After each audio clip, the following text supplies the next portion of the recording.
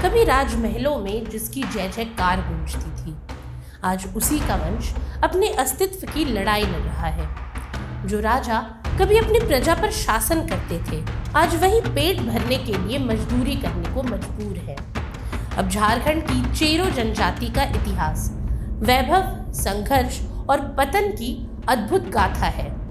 400 वर्षों तक पलामू क्षेत्र में शासन करने वाले इस वंश ने मुगलों और अंग्रेजों तक को चुनौती दी, लेकिन समय की ऐसी मार पड़ी कि राजा से रंक बनने में ज्यादा वक्त नहीं लगा। और आज की इस वीडियो में हम जानेंगे कि कैसे एक शक्तिशाली राजवंश इतिहास के पन्नों में सिमट कर रह गया।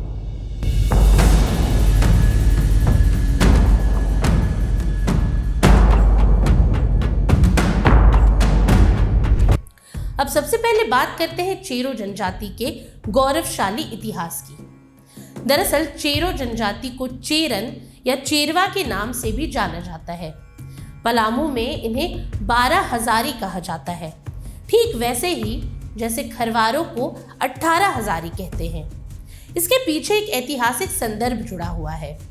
कहा जाता है कि जब चेरो राजा भगवंत राय ने परगना क्षेत्र पर विजय प्राप्त की थी, तब उनकी सेना में 12,000 चेरो और 18,000 खरवार योद्धा शामिल थे। इसी आधार पर इन समुदायों के नामकरण हुए। पलामू की पहाड़ियों और नदियों के किनारे बसने वाले चेरो कभी अपार धन संपदा के स्वामी थे। उनके शासनकाल की समृद्धि का प्रमाण एक दोहा भी देता है, धन धन राजा मेदनिया, घर घर बाजे मथानिया।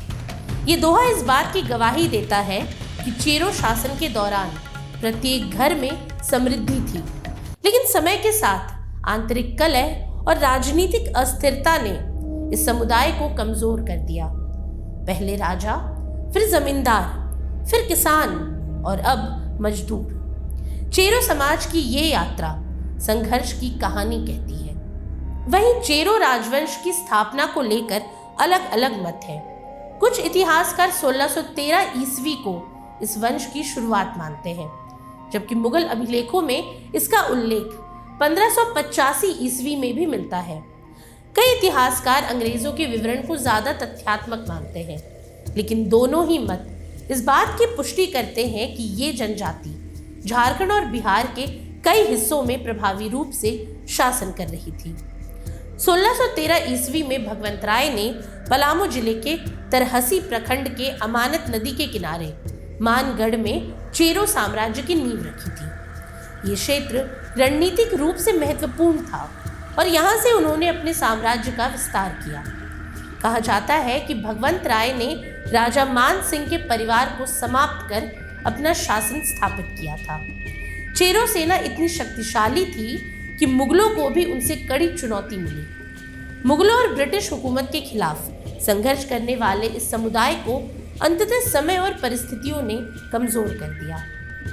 वहीं चेरो राजवंश के प्रमुख शासकों में भगवंत राय, अनंत राय, सहबल राय, प्रताप राय, भूपल राय, मेदिनी राय, रुद्र राय, दुर्गापाल राय, साहब राय, रंजीत राय, जय किसान राय और चूड़ामन राय का नाम प्रमुखता से आता है। इन शासकों के नेतृत्व में चेरो समाज ने आर्थिक और राजनीतिक रूप से उन्नति की, लेकिन समय के साथ आंतरिक मतभेद, प्रशासनिक विफलता और बाहरी आक्रमणों ने इस वंश की जड़ें कमजोर कर दी। वहीं चेरो जनजाति की उत्पत्ति को लेकर एक दिलचस्प किंवदंती प्रचलित है। कहा जाता है कि बुंदेलखंड के राजा की पुत्री की कुंडली देखकर एक ब्राह्मण ने भविष्यवाणी की थी कि उसकी शादी किसी मुनि से होगी। ये सुनकर राजा ने संकल्प लिया कि जिस मुनि से सबसे पहले भेंट होगी उसी के साथ अपनी पुत्री का विवाह कर देंगे। यात्रा के दौरान राजा की भेंट एक तपस्वी मुनि से हुई और उन्होंने अपनी पुत्री का विवाह उनके साथ कर दिया। ऐसा माना जाता है कि इसी दंपत्ति से चेरो और चौहान वंश के क्षत्रियों की उत्पत्ति हुई। हालांकि ये समुदाय आदिवासी कैसे बना, इसको लेकर कोई ठोस ऐतिहासिक प्रमाण नहीं मिलते। अब गौरतलब है कि समय किसी का सगा नहीं होता। कभी मुगलों और ब्रिटिश हुकूमत को टक्कर देने वाला चेरो समाज आज बदहाली का शिकार है। 90% चेरो आबादी गरीबी रेखा के नीचे जीवन यापन कर रही है। जहां कभी सत्ता और समृद्धि थी, वहां अब सिर्फ संघर्ष और अस्तित्व की लड़ाई बची है। इतिहास का ये मोड़ ये सोचने पर मजबूर करता है कि क्या एक समृद्धशाली राजवंश दोबारा अपने खोए हुए गौरव को वापस पा सकता है, या फिर ये सिर्फ किताबों में दबी एक कहानी ही बनकर रह जाएगा। आज के लिए इतना ही। ये सामग्री आपके लिए जुटाई थी उर्वशी शेखर ने और वीडियो संयोजन किया था राहुल कुमार ने। ये वीडियो आपको कैसा लगा हमें कमेंट सेक्शन में ज़रूर बताएं और ऐसे तमाम रोचक जानकारियों के लिए बने रहिए स्वराज पोस्ट के साथ। और अब तक अगर आपने हमारे YouTube चैनल को सब्सक्राइब नहीं किया तो अभी जाकर करें और Facebook पर हमारे पेज को लाइक और फॉलो करना ना भूलें।